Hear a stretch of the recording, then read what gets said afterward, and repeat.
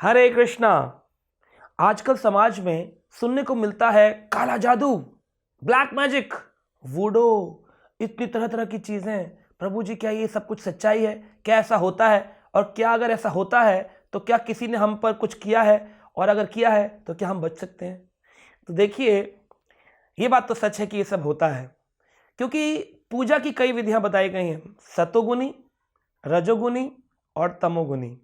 सतोगुनी पूजा में लोग भगवान की पूजा करते हैं, सादगी से जीवन जीते हैं, सादा जीवन और ऊंचा विचार रखते हैं, प्रसाद पाते हैं, भगवान का नाम कीर्तन करते हैं।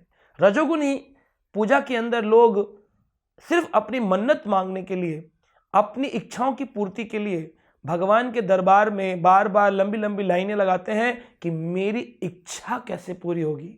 अगर कहा जाए तो जगह जगह आप देखेंगे कई देवी के मंदिरों में पूड़ी पड़ी रहती है, सब्जियां पड़ी रहती हैं, और वो कोई प्रसाद ना तो किसी भगवान के काम आता है, ना किसी देवता के काम आता है, और ना ही किसी गरीब के काम आता है, वो खराब हो जाता है।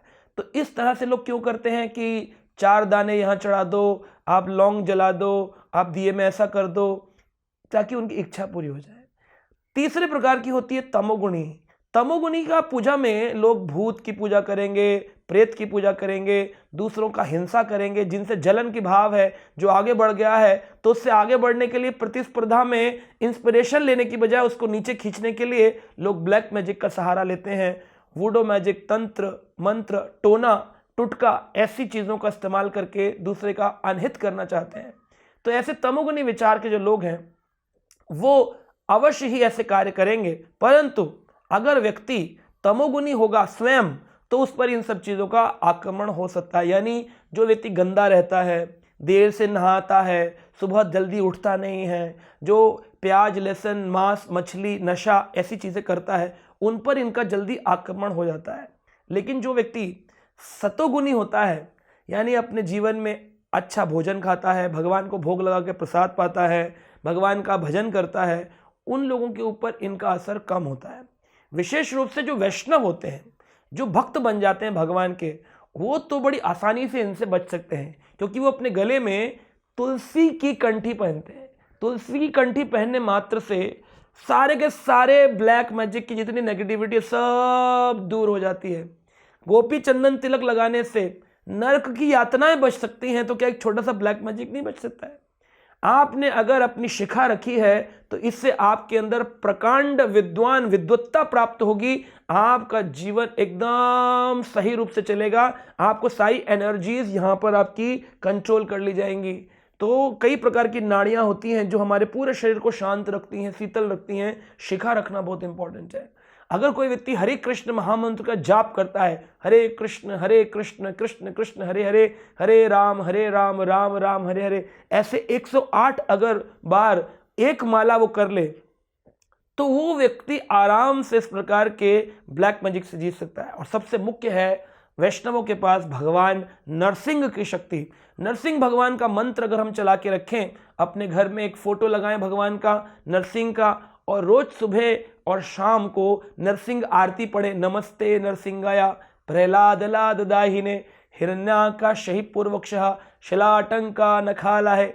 इस तरह से ये आरती आप गूगल पे ढूंढ सकते हैं, या फिर आप जाकर के यूट्यूब में सर्च कर सकते हैं। बहुत सारी आरतियां, नरसिंह आरती सुबह शाम चलाएं, याद करके खुद गाएं, नरसिंह भगवान की आरती करें।